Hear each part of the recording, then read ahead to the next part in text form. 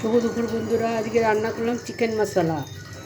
চিকেনটাকে আর লেবুর রস, গোলমরিচের গুঁড়ো, আদা, রসুন, পেঁয়াজ সব বাটা দিয়েছি, দিয়ে দই দিয়ে ম্যারিনেট করে রেখেছিলাম।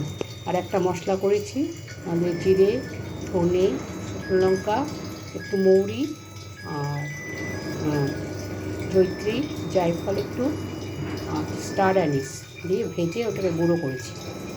এবার ওইটা ম্যারিনেট করেছি। এবার কড়াইয়ের মধ্যে তেল দিয়েছি, একটু জিরে ফোড়ন দিয়েছি, তেজপাতা ফোড়ন দিয়েছি, হিং ফোড়ন দিয়েছি, পেঁয়াজ বাটা, রসুন বাটা দিয়েছি, দিয়ে কষিয়েছি। তারপরে টমেটো বাটা দিয়েছি, দিয়ে আবার কষিয়েছি।